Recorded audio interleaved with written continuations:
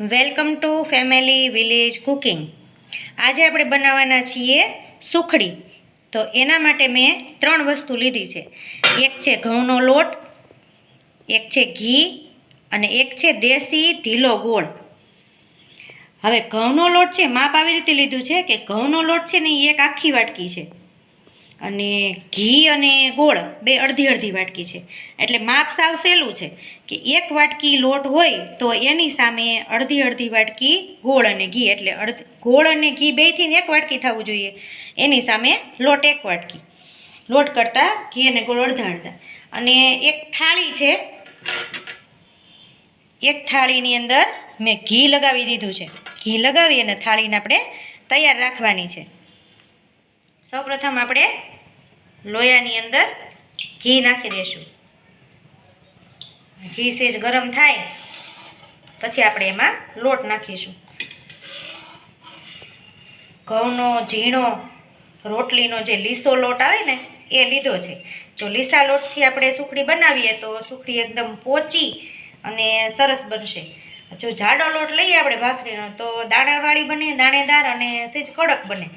પરંતુ આજે આપણે સોફ્ટ બનાવવાની છે, એકદમ પોચી સુખડી, તો એના માટે ઘઉંનો ઝીણો લોટ લીધો છે. હવે જો ઘી ગરમ થઈ ગયું છે, એની અંદર આપણે આ લોટ નાખી દઈએ.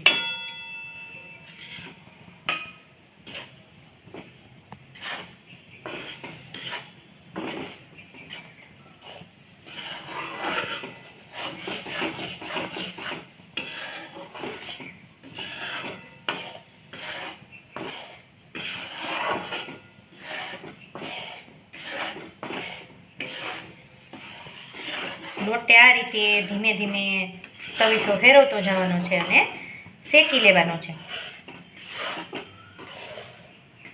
લોટનો કલર સેજ બદલાઈ જશે એટલે આપણને ખબર પડી જશે કે લોટ છે એ શેકાઈ ગયો છે. અને લોટમાંથી ઘી પણ છૂટું પડી જશે અને લોટ છે ને થોડોક હળવો પડી જશે. એટલે કે આ જે મિક્સચર છે ને એ થોડુંક હળવું થઈ જાય, ફૂલી જાય, એટલે લોટ છે એ શેકાઈ જાય.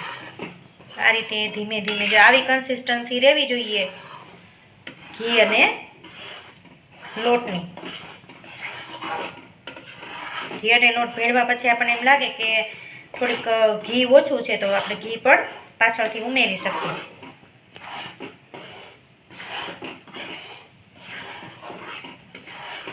આ રીતે ધીમે ધીમે લોટને શેકી લેવાનો છે અને સતત હલાવતા રહેવાનું છે જેથી લોટ છે એ નીચે બેસી ન જાય.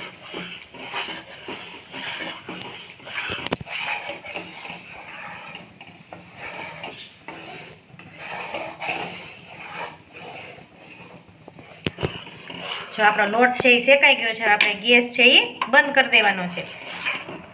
લોટ શેકાઈ જાય એટલે તરત ગોળ ઉમેરવાનો નથી, નહીંતર સુખડી છે એ કડક થઈ જાય. એટલે આને સેજ ઠરવા દેવું છે, થોડીક વાર આને હલાવ્યા કરવાનું છે. સેજ આપણો લોટ છે એ ઠંડો થઈ જાય પછી આપણે એની અંદર ગોળ ઉમેરીશું. લોટ આપણો શેકાઈ ગયો છે. હવે આ સમયે આપણે, અને ઠંડો થઈ ગયો છે, આ સમયે આપણે ગોળ નાખી દઈએ. ગોળને એકદમ મેં છૂટો કરી લીધો છે, ઢીલો ગોળ જ લીધો છે જેથી લોટની અંદર તરત જ મેલ્ટ થઈ જાય. જો આ રીતે ધીમે ધીમે મિક્સ કરવાનું છે. ઓછી સુખડી કરવી હોય તો એક વાતનું ખાસ ધ્યાન રાખવાનું કે ગોળ નાખતી વખતે ગેસ છે એ બંધ હોવો જોઈએ અને લોટ છે એ સેજ ઠરી ગયેલો હોવો જોઈએ. આ રીતે ધીમે ધીમે આપણે હલાવતું જવાનું છે. જો ગોળ સેજ મિક્સ થવા લાગશે ને એટલે તરત જ એનું ટેક્સચર છે એ સેજ જાડું થવા લાગશે.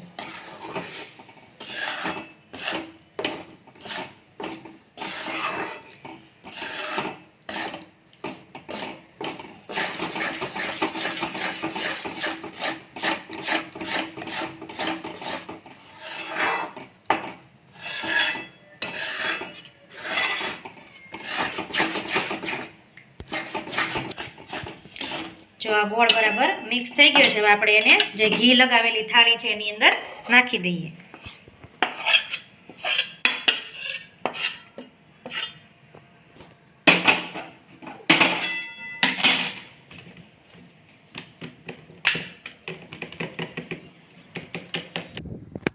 જો આ રીતે એને સરસ રીતે થાળીમાં ઢાળી દીધું છે અને થોડીક વાર ઠરે પછી આપણે એની ઢેફલી પાડી નાખીએ.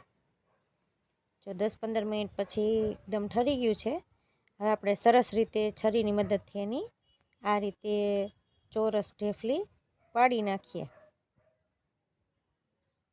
તો આપણી સોફ્ટ અને એકદમ પોચી સુખડી તૈયાર છે. લાગે છે ને જોતાં જ મોઢામાં પાણી આવી જાય.